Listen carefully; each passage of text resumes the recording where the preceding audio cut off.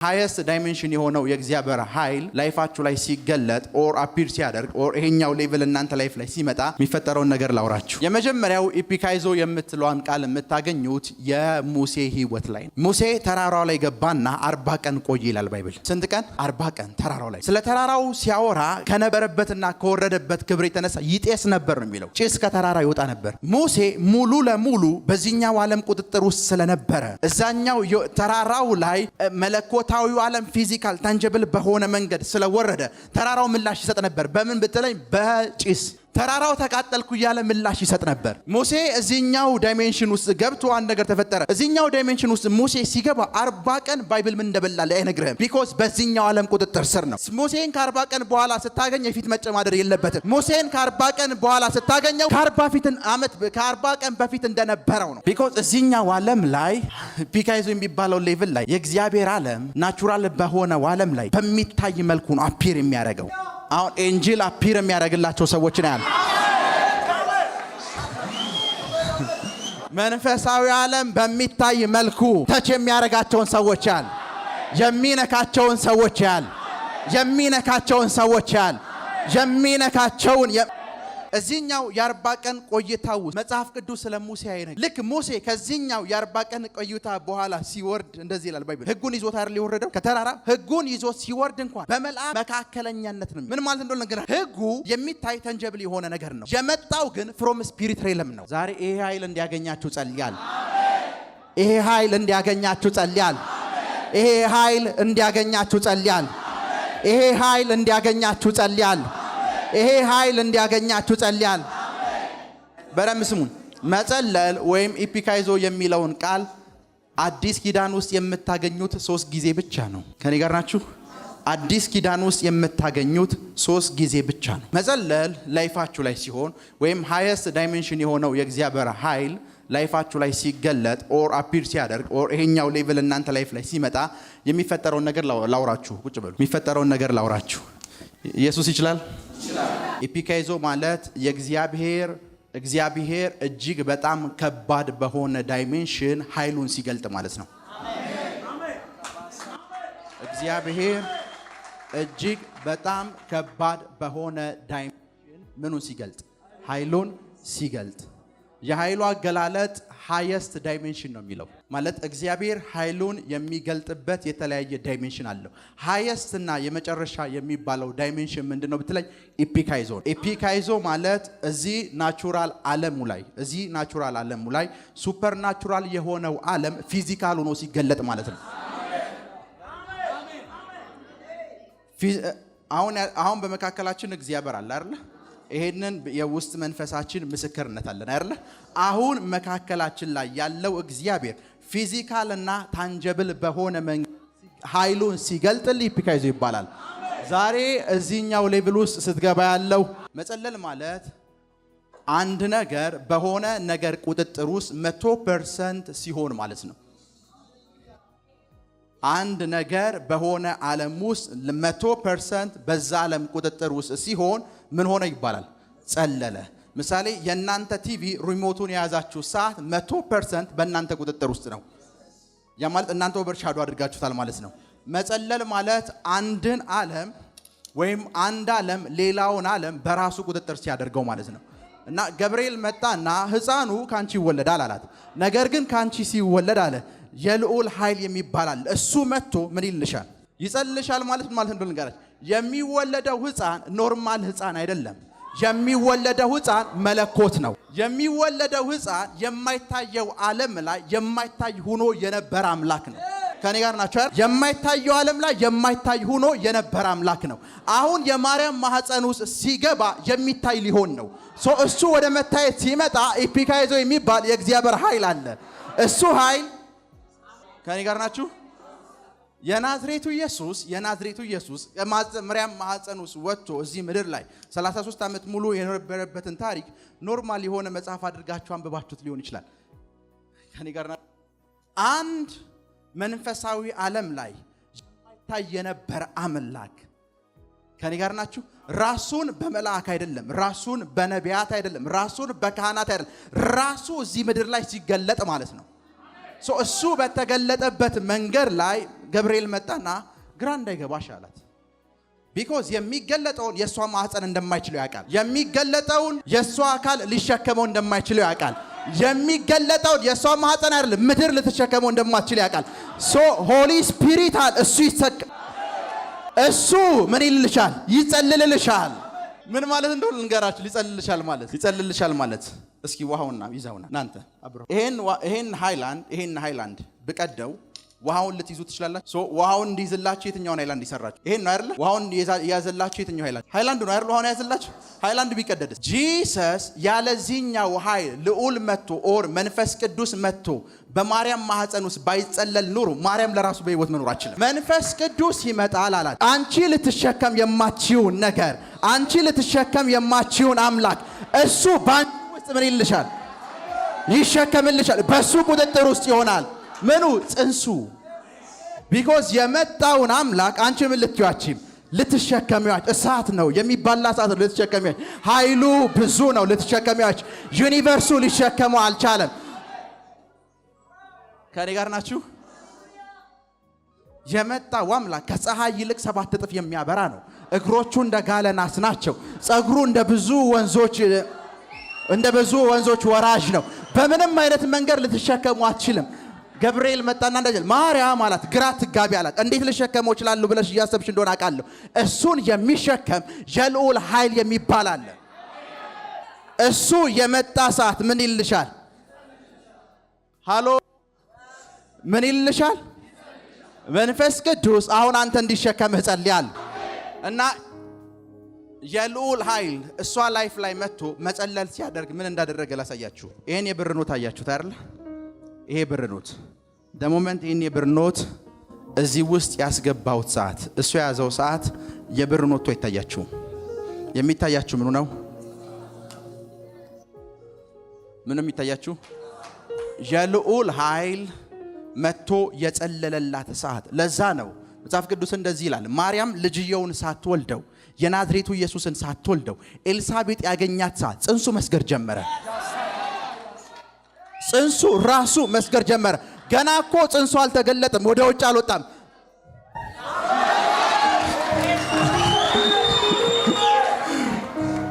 በደንብ ስሙኝ። ጽንሱ መጽሐፍ ቅዱሳችን ምን እንደሚል ልንገራችሁ። የኛ መጽሐፍ ቅዱስ ነው ጽንሱ ሰገደ የሚለው። ጽንሱ ሰገደ የሚለው አማርኛው ነው። የትክክለኛው የሆነው የግሪኩ ቃል ምን እንደሚል ልንገራችሁ። ኤልሳቤጥ እዚህ ጋር ነች ተሚና፣ ማርያም እዚህ ጋር ነች። ማርያም የልዑል ኃይል ጸልሎላታል። የናዝሬቱ ኢየሱስ በሷ ውስጥ አለ። እዚህ ጋር ደግሞ ኤልሳቤጥ አለች። መጽሐፍ ቅዱስ የግሪኩ ቃል ምን እንደሚል ታውቃላችሁ? ኤልሳቤጥ ውስጥ የነበረው ጽንስ ሙቶ ነበር ነው የሚለው። ደሞመንት ማርያም ያገኘቻት ሰዓት ጽንሱ መንቀሳቀስ ጀመረ፣ ህይወት መስራት ጀመረ። ገና ጽንሱ እኮ አልተወለደ፣ ማህፀን ውስጥ እያለ ሚራክል ማድረግ ጀመረ። ቢኮዝ እሱ ጂሰስ ነው። የልዑል ምን ኃይል ምን ይልልሻል? ይጸልልልሻል። መጽሐፍ ቅዱስ በደንብ አንድ ዶክተር መጥቶ እርጉዝ ለሆነ ሴት ጽንስሽ ይንቀሳቀሳል ካላት ጽንሷ እኮ እንደሚንቀሳቀስ ማንም ያውቃል። የማይንቀሳቀስ ከነበረ ነው ተንቀሳቀሰ ሲባል ሚራክል የሚሆነው። ለዛ ኤልሳቤጥ እንደዚህ ጽንሱ በማህፀን ውስጥ ምን አለ? ተንቀሳቀሰ። ያ ማለት ቢፎር አይንቀሳቀስም ነበር እያለች ነው። ማርያምን ያገኘቻት ሰዓት የናዝሬቱ ኢየሱስ ከማርያም ማህፀን ሳይወጣ ማርያም ውስጥ የጸለለ አንድ ኃይል ነበር፣ የልዑል ኃይል ወይም የመንፈስ ቅዱስ ኃይል። ሶ ደሞመንት ያገኘች ሰዓት ጽንሷ አለች በማህፀኔ ውስጥ ምን አለ? ላይፍ መስጠት ጀመረ። ማህፀን ውስጥ ነው የናዝሬቱ ኢየሱስ ላይፍ መስጠት ጀመረ። የሰማችሁ ነው? ደሞመንት ጂሰስ ከማርያም ማህፀን ውስጥ ሲወጣ አይደለም በመንፈስ ቅዱስና በኃይል መመላለስ የጀመረው። ማህፀን ውስጥ ሆኖ እንኳን በዚህ ኃይል ይጠበቅ ነበር። ማህፀን ውስጥ ሆኖ እንኳን በዚህ ይሄ ኃይል ጸልሎለት ኦቨርሻዶ አድርጎት ነበር። ኦቨርሻዶ የሚለው የእንግሊዘኛ ሚኒ አንድ ነገር ላይ ኦቨርሻዶ አደረገ። ጸለለ የሚለው ቃል ኦቨርሻዶ ከሚለው የእንግሊዘኛ ቃል በርሊ መጣው ኢፒጋይዞ ወደ እንግሊዘኛ ተረጎመው ኦቨርሻዶ አደረገ። እስኪ መጽሐፍ ቅዱሳችሁን ክፈቱና የእንግሊዘኛውን ባይብል ከስልታችሁ ላይ ክፈቱት። እስኪ አንብበው። And the angel answered and said unto her, The Holy Ghost shall come upon you. The power of the highest shall overshadow you. Overshadow you. Overshadow ማለት ምን ማለት ነው? ከከፍተኛው የሆነው ከመንፈስ ቅዱስ ከመጠመቅ እልፍ ያለ ሆነው ሙሉ በሙሉ በአንድን የመንፈስ ቅዱስን አሰራር መሸፈን ማለት ነው። መሸፈን ከቨር መደረግ ማለት ነው። ከኔ ጋር ናችሁ? ልክ አንድ ሰው ውቅያኖስ ውስጥ መዋኘት ጀምሮ ሙሉ ለሙሉ ሲሰምጥ ኦቨርሻዶው ነው አይደል የሚባለው? በዛ ቁጥጥር ውስጥ በዛ ኮንትሮል ውስጥ መሆን ነው ማለት ነው። እና ማርያምን መጥቶ ችግር የለውም ማለት በነርቮችሽ በምኖችሽ ቁጥጥር ውስጥ አትሆኝም። ስፒሪቱ መጥቶ ምን ያደርግሻል? ኦቨርሻዶ የሚያደርግሽ ከምኑ የተነሳ ነው ሲባል ከጽንሱ የተነሳ። ከምኑ የተነሳ? ከጽንሱ የተነሳ። አየህ፣ እሱ ጽንስ ባለበት ስፍራ ሁሉ ጋድ ኦቨርሻዶ ያደርጋቸዋል።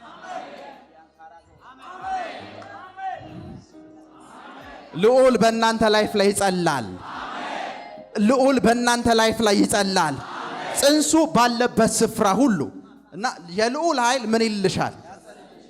ጂሰስ አየ ጽንሱ ስላለከው የልዑል ኃይል ምን ይልሻል? የልዑል ኃይል ምን ይልሻል? ድምጻቸው ይሰማል። የልዑል ኃይል ምን ይልሻል? ዛሬ ይሄ ኃይል እንዲያገኛችሁ ጸልያል። ይሄ ኃይል እንዲያገኛችሁ ጸልያል። ይሄ ኃይል እንዲያገኛችሁ ጸልያል። ይሄ ኃይል እንዲያገኛችሁ ጸልያል። ይሄ ኃይል እንዲያገኛችሁ ጸልያል።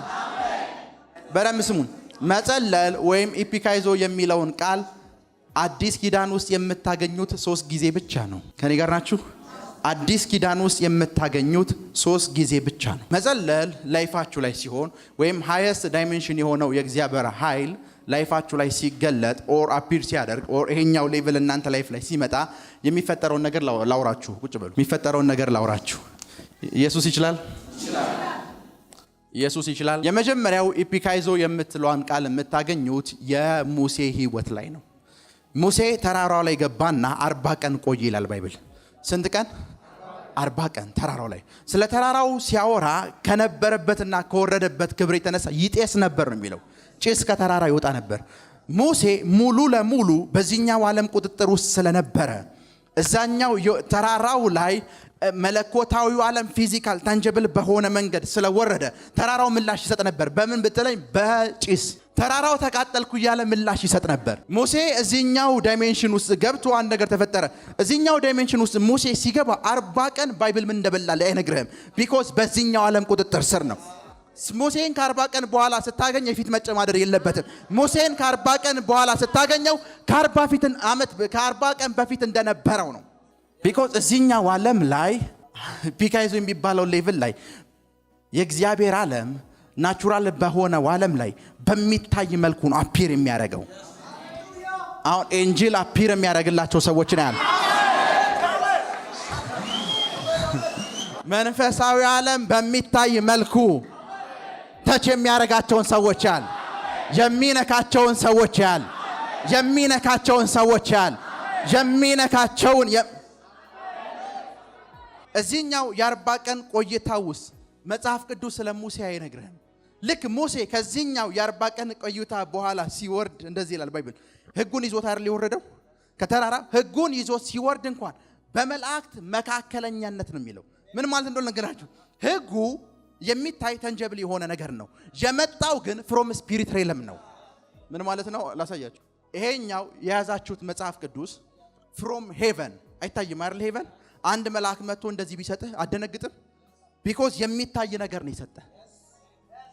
ቢኮዝ የማይታየው ኤንጅል የሚታይ ነገር ነው የሰጠህ። ሙሴ ጋር መጣና ህጉን ሰጡት ይላል።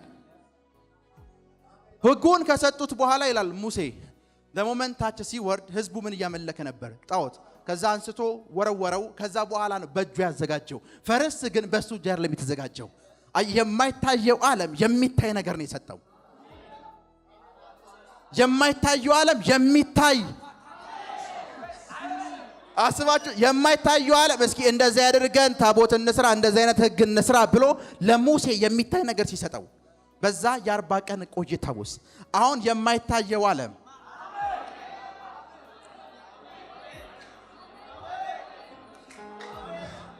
ካንተ ጋር በኃይል እንዲነካካ ጸልያለሁ። ካንተ ጋር በኃይል እንዲነካካ ጸልያለሁ። ካንተ ጋር በኃይል እንዲነካካ ጸልያለሁ። ካንተ ጋር በኃይል እንዲነካካ ጸልያለሁ። የማይታየው ምን ዓለም የማይታየው በሚታይ መልኩ አፒር ሲያደርግ ሃይስ በሆነ መንገድ እዚህ ምድር ላይ ሲገለጥ እና ሙሴ በደንብ ስሙኝ። ሙሴ የሆነ ነገር ብቻ ከማይታየው ዓለም ይዞ መምጣቱ አይደለም የሚገርመኝ።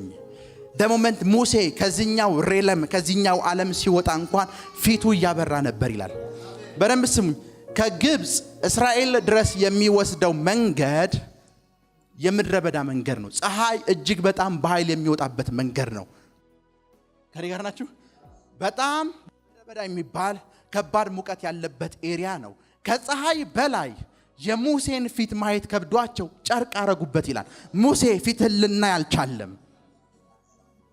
የማይታየውን ዓለም በሙሴ ፊት ላይ በሚታይ መንገድ አዩ ሰዎቹ።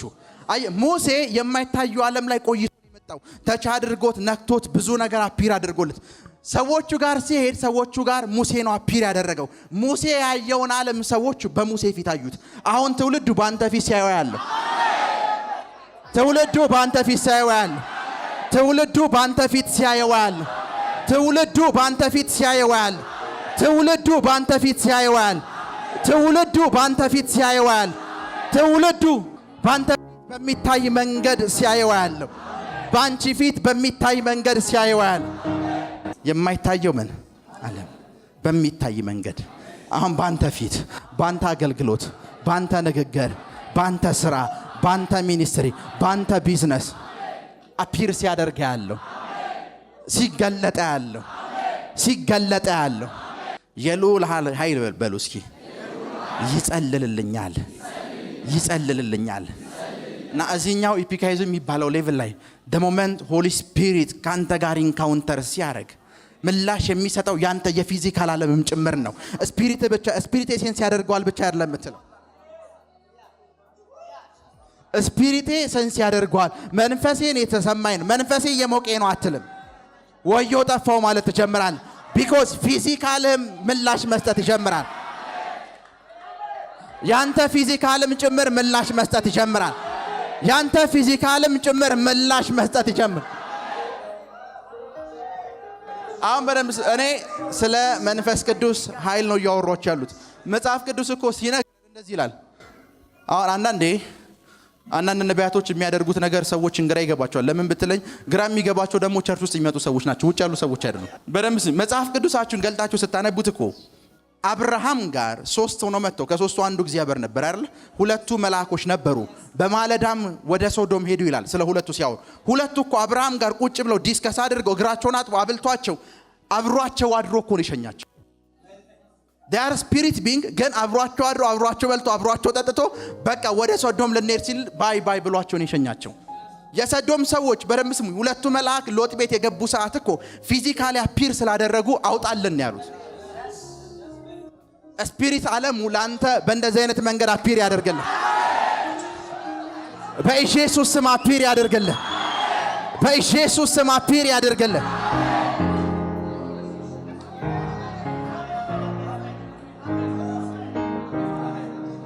በኢየሱስ ስም አፒር ያደርግልህ። በኢየሱስ ስም አፒር ያደርግልህ። በኢየሱስ ስም አፒር ያደርግልህ። በሚታይ መልኩ በሚጨበጥ መልኩ በሚዳሰስ መልኩ ሃይስ በሆነ መንገድ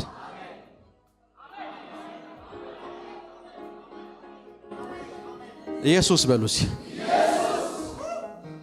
ሃይስ በሆነ መንገድ በሚታይ መልኩ በሚጨበጥ መልኩ ከዛ በኋላ አንተ ነው ካየው ደሞመንት ሌሎች ሰዎች ጋር መተው ደሞመንት ሌሎች ሰዎች ደግሞ አንተ ጋር ሲመጡ እንደዚህ ባንታየ ነው የሚሉ መጽሐፍ ቅዱስ እንደዚህ ይላል። መጽሐፍ ቅዱስ እንደዚህ ይላል። እግዚአብሔር ይላል ተአምራቱን ለእስራኤል አደራረጉን ደግሞ ለሙሴ ያሳየ ይላል። እንዴት እንደሚደረግ የሚያውቀው ሙሴ ነው። ቢኮዝ ብቻውን ያየው። የእስራኤል ሕዝብ ግን ሙሴን ነው የሚያየው። አሁን ትውልዱ እንደዚህ ሲሆን ያለ ላንተ እንደዚህ ሲሆን አደራረጉን ላንተ ሲያሳያል። አደራረጉን ላንቺ ሲያሳይሻል። ከ2000 ዓመት በፊት የፈሰሰው የኢየሱስ ደም ለኔ አፒር ነው ያደረገልኝ።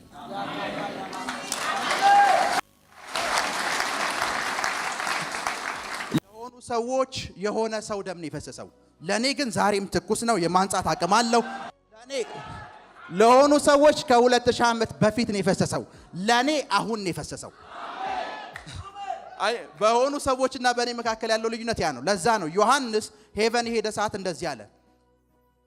በዮሐንስ ዘመን እኮ ነው ኢየሱስ የታረደው። ራእዩን ከማየቱ ከጥቂት ዓመታት በፊት አይኑ እያየ ኢየሱስ ሲሰቀል አይቷል። ከዛ ሰማይ ላይ አለ የታረደውን በጋየው። መቼ ስትል አሁን ነው እኮ እያየ ያለው። ጂሰስ ደግሞ ከብዙ ዓመታት በፊት እኮ ሲታረድ አይቶታል። ሄቨን ላይ ከብዙ ዓመታት በፊት የሚባል ነገር የለም። ሄቨን አሁን ነው። ለሆኑ ሰዎች ከ2000 ለኔ አሁን ነው።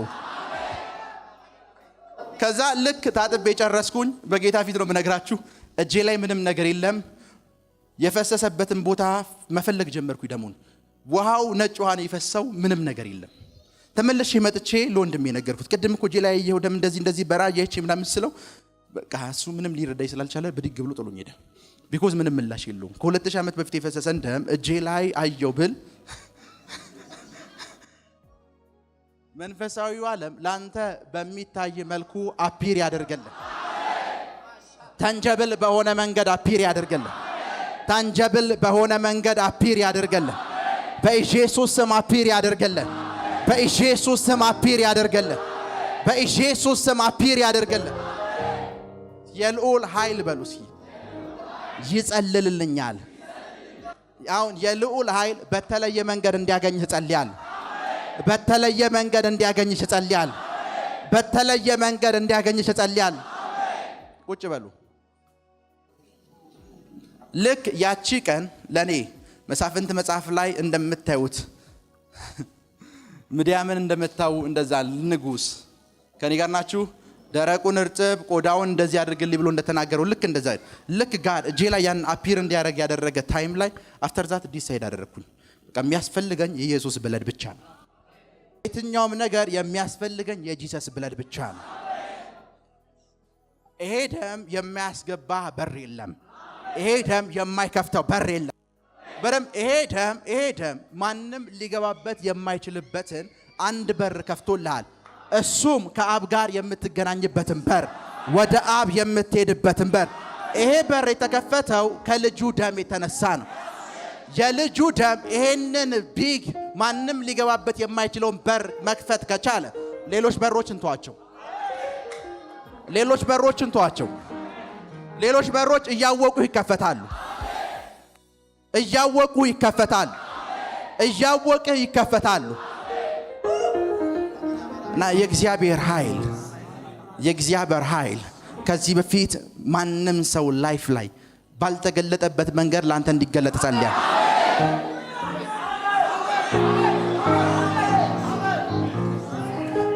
አንድ ቀን ሲሚዝ ዊግሎርዝ የሚባል የእግዚአብሔር ሰው ከብዙ ዓመታት በፊት የነበረ የእግዚአብሔር ሰው ፕሮግራም የሚያደርግበት ስፍራ ላይ የመንግስት ደህንነቶች ይላኩበት ነበር።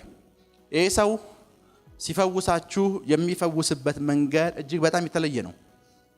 ከኔ ጋር ናችሁ? ጽንሱ በውስጧ ሞቷል ብለህ ስለ አንዲት እርጉዝ ሴት እየነገርከው በቦክስ ነው የሚመታት ሆዷን። ከዛ በኋላ ሄደሽ ቼክ አድርጌ ነው የሚልህ። እርጉዝ ሴት በቦክስ መቶ ነው ይፈውሰው።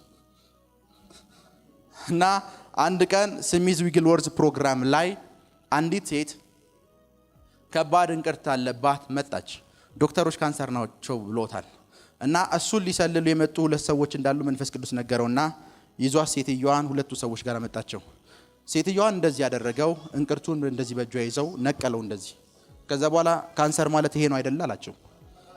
ካንሰር ማለት ይሄ ነው ሲላቸው ሰው እሱን አይደለም የሚያዩት፣ የሴትዮዋን እንቅርት ነው የሚያዩት። የሴትዮዋን እንቅርት ኦልሬዲ ተደፍኗል። ሰውየው በእነሱ በማሽን የሚያዩትን ካንሰር ይሄ ነው እያለ እያሳያቸው። እነሱ በማሽን ነው የሚያዩት። እነሱ በማሽን ነው የሚያዩት። በደንብ ስሙኝ። አንዳንድ ሰዎች ቫይረስና ባክቴሪያ አይተው ስለማያውቁ ቫይረስና ባክቴሪያ የለም ብለው ነው የሚያምኑት። ነገር ግን ቫይረስና ባክቴሪያን እንዳንተ ሁለት አይን ያላቸው ሰዎች አይተውታል። ከኔ ጋር ናቸው አይደል? ባንተና በነሱ አይኖች መካከል ቫይረስና ባክቴሪያን ባዩ አይኖችና ባንተ አይኖች መካከል ያለው ትልቁ ልዩነት ምንድነው ብትለኝ፣ ቫይረስና ባክቴሪያን ለማየት የሚረዳ ማሽን ተጠቅሟል ለማየት። አይናቸውን በምን አይነት መንገድ ቫይረስና ባክቴሪያ ማየት እንደሚችል ስለሚያውቁ የሚረዳቸውን መሳሪያ ተክለው ነው ያዩት። ኤንጅል አይተህ አታውቅም ማለት ኤንጅል የለም ማለት አይደለም። የእግዚአብሔር ዓለም አንተ ዓለም ላይ ፊዚካሊ ያልተገለጠ ማለት ምን እንደሆነ ልንገራችሁ። የሁላችንም አይኖች ክፍት ናቸው። መንፈሳዊ ዓለም ላይ አይኑ ውር የሆነ አማኝ የለም። የሁላችንም አይኖች ክርስቶስ የሁላችንም የልቦና አይኖች በሙሉ ግን በአንተና በኔ በአንተና በሌሎች መካከል ያለው ዲፈረንስ ምንድነው ብትለኝ የትኛውን ነገር ለማየት ምን መጠቀም እንዳለብን እናውቃለን። አየ ዶክተሮቹ ደሞመንት ባክቴሪያን ለማየት እንዳንተ አይናቸውን ከፍተው እንደዚህ ይሉ የሆነ ማሽን ተክለው እንደዚህ ይላሉ። ደሞመንት ያዩታል። እኔ ጋር ስትመጣ ኤንጅል ለማየት እኔ ጋር ስትመጣ የእግዚአብሔርን ኃይል ለማየት እኔ ጋር ስትመጣ የሆነ ነገር ለማድረግ የምትጠቀምበት ነገር አለ። ምንድነው ብትለኝ ኢየሱስ እንደዚህ ነው ያለው የበለጠ አጥርተህ ታያለ ኩሉን ከኔ ግዛለ። የራእይ መጽሐፍ ስታነቡ የበለጠ አጥርተህ እንድታይ ኩሉን ከማን ግዛለ። አይንህን እንደዚህ አድርጎ አይደለም ያለው ኩል ያስፈልጋል። ያ ደግሞ የእግዚአብሔር ቃል ነው። ያ ደግሞ የእግዚአብሔር ቃል ነው። ያ ደግሞ የእግዚአብሔር ቃል ነው። የእግዚአብሔር ቃል መንፈሳዊ የሆነውን ዓለም ለማየት የሚረዳን ማይክሮስኮፕና ቴሌስኮፓችን ነው። አንተ የማታያቸውን ነገሮች በሙሉ ለማየት የሚረዳን መሳሪያችን ነው። አሁን አንተ ስታያ ያለው ከዚህ ቃል የተነሳ ያንተ አይኖች ሲከፈቱ ያለ ያንቺ አይኖች ሲከፈቱ ያለ ያንቺ አይኖች ሲከፈቱ ያለ ያንቺ አይኖች ሲከፈቱ ያለ የልዑል ምን ኃይል ምን ይልሻል? ምን ይልሻል?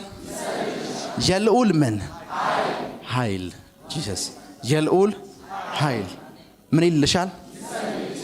ኦቨርሻዶ ያደርግሻል፣ ይሸፍንሻል፣ በምንም ተሽ እንዳትደረግ ያደርግሻል፣ አንቺ እንዳትታይ ያደርግሻል፣ አንቺ እንዳትታይ ያደርግሻል፣ አንቺ እንዳትታይ ያደርግ አንቺ ምን እንዳትይ ያደርግሻል። ይኸውና እዚሁ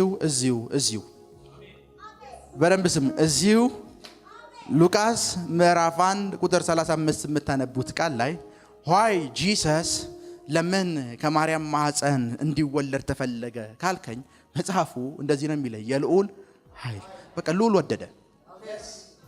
የልዑል ምን ኃይል የልዑል ምን አሁን ባንተ ስራዎች አሁን ባንተ አገልግሎት ላይ ይሄንን ኃይል እጠራለሁ።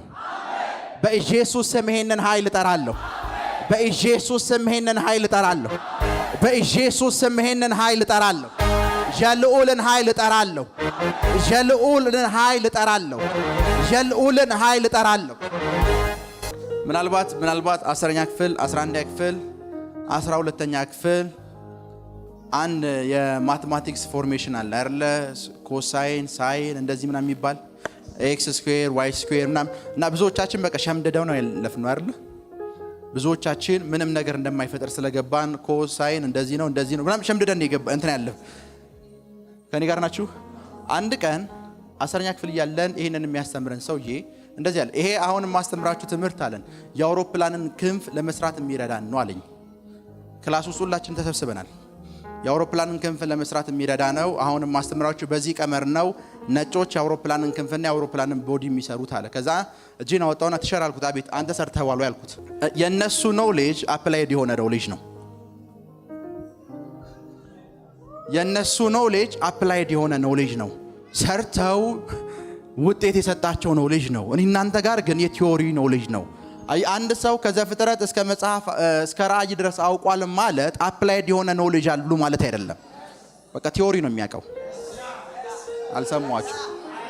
ለምን ብትለኝ መጽሐፍ ቅዱስ ካንተ ጋር ከፍተው የሚከራከሩ የሌሎች ቤተ እምነት ውስጥ ያሉ ሰዎች ካንተ በላይ ያንተን አልፈው 66ቱን አልፈው ሌሎችንም ጨምረው በቃላቸው ሸምድደዋል። ከኔ ጋር ናቸው አይደል? ግን በሸመደዱት ቃል ምንም ነገር ሲፈጥሩ አታይም። እኛ ውስጥ ግን ያ ኃይል ስላለ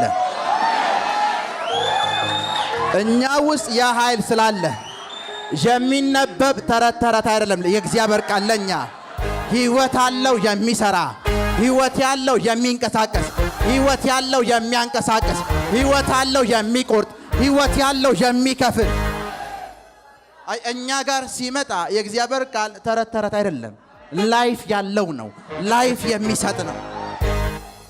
በደንብ ስሙኝ ሁላችሁንም። እናንተ ብቻ እኮ ውጭ አሉ ይሄ ባይብል ምናምን እናንተ 66 የምትሉት ሌሎች ተጨማሪ ያለው ብቻ ሳይሆን ኢየሱስ አይወልድም አይወለድም የሚልም ሰው ጭምር ዮሐንስ 3:16ን ግጥም አድርጎ ያውቃታል። እኔ እናንተ ስናቃት ግን ትለያለች። ደሞመንት ያቺ ቃል ለኛ የዘላለም ሕይወት ነች። ለሆነ ሰው ደግሞ ዮሐንስና ኒቆዲሞስ የሚያደርጉት ዲያሎግ ነው። ለሆነ ሰው ኢየሱስና ኒቆዲሞስ ያወሩት ወሬ ነው። ለኔ ግን የዘላለም ሕይወት ያገኘውበት ቃል ነው። የእግዚአብሔርን ቃል ከተጠቀምክበት፣ የእግዚአብሔር ቃል አይኖችህን ከከፈተው ስፒሪት ዓለሙ ላንተ ቢካም ናቹራል ይሆናል፣ ቢካም ፊዚካል ይሆናል። ይሁንልህ በኢየሱስ ስም ይሆንልህ፣ በኢየሱስ ስም ይሆንልህ፣ በኢየሱስ ስም ይሆንልህ። ሄሎ በኢየሱስ ስም ይሆንልህ፣ በኢየሱስ ስም ይሆንልህ፣ ኢየሱስ ስም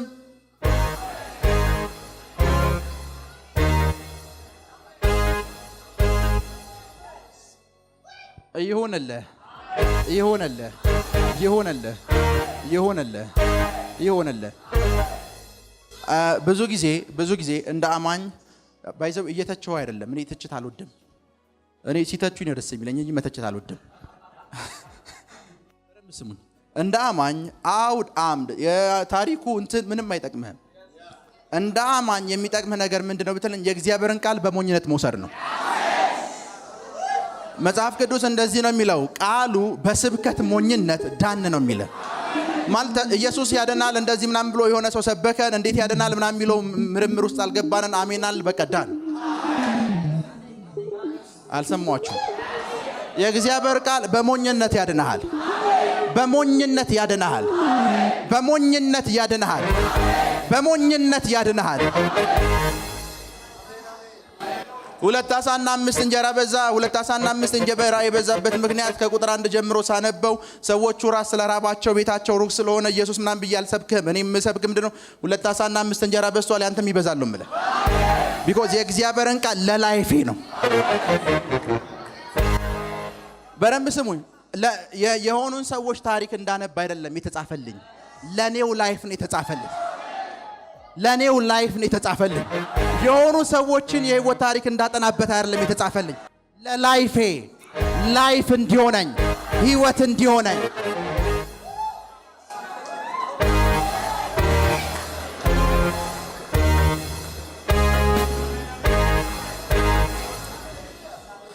መንፈሳዊው ዓለም ላንተ እጅግ በጣም ከባድ በሆነ ዳይሜንሽን ይገለጥልህ። እጅግ በጣም ከባድ በሆነ ዳይሜንሽን ይገለጥልህ። ባይዘው በደንብ ስሙን። ብዙ ጊዜ የእግዚአብሔር ኃይል እጅግ በጣም ከፍ ባለ ዳይሜንሽን ሲገለጥልህ፣ እንደዚህ ሲሆንልህ፣ የትንቢት ዳይሜንሽን ምናምን ብዬ ሳወራ ሰዎች ዳይሜንሽን ምን ማለት እንደሆነ ግራ ያጋባቸዋል። ዳይሜንሽን ማለት ምን እንደሆነ ልንገራችሁ። በሌቭል እና በዳይሜንሽን መካከል ያለው ልዩነት ልንገራችሁ። ሌቭል ማለት 12ኛ ክፍል ለመድረስ 1 2 3 4 5 9 10 11 12 ነው። እንደዛ ነው የምትደርሰው። 12ኛ ክፍል ለመድረስ ከ1 እስከ 12 ድረስ መምጣት አለብህ። ለምንድን ነው ብትለኝ ሌቭል ነው። ከኔ ጋር ናችሁ? ከ1 እስከ 12 ግዴታ መቁጠር አለብህ። ቢኮዝ ሌቭልህን የጨመረው ሌቭልህን ያደገው። ምሳሌ ሁለተኛ ሌቭል ላይ ከነበርክ አጥንተህ ታሽተህ የሆነ የራስ ይፈር ተጨምሮ ነው 3ኛ ሌቭል ላይ የምትገባው። ዳይሜንሽን ሲሆን ግን እንደዛ አይደለም። ዳይሜንሽን ሲሆን አጥንተው ካልኩሌት አድርገው የሆነ ነገር አይደለም። ድንገት መንፈሳዊ ዓለም ወዶ አንተን ሲያስገባ ማለት ነው። ምሳሌ በደንብ ስሙ። አንዳንድ ህፃናት የ8 ዓመት የ7 ዓመት ህፃን ልጅ የ9 ዓመት ህፃን ልጅ የኮሌጅ ፈተና ወስዶ አለፈ ሲባል ሰምታችሁ አታውቁ? በቃ ዳይሜንሽን ማለት ልክ እንደዚሁ ነው። ማለትም ያንተን የ3 ዓመት የ2 ዓመት የጸሎት ህይወት ሲያይ 1 ሰዓት ነው 30 ደቂቃ ነው የሚጸልየው የማይጸልየው ሳይባል ድንገት የምትገባበት ዓለም።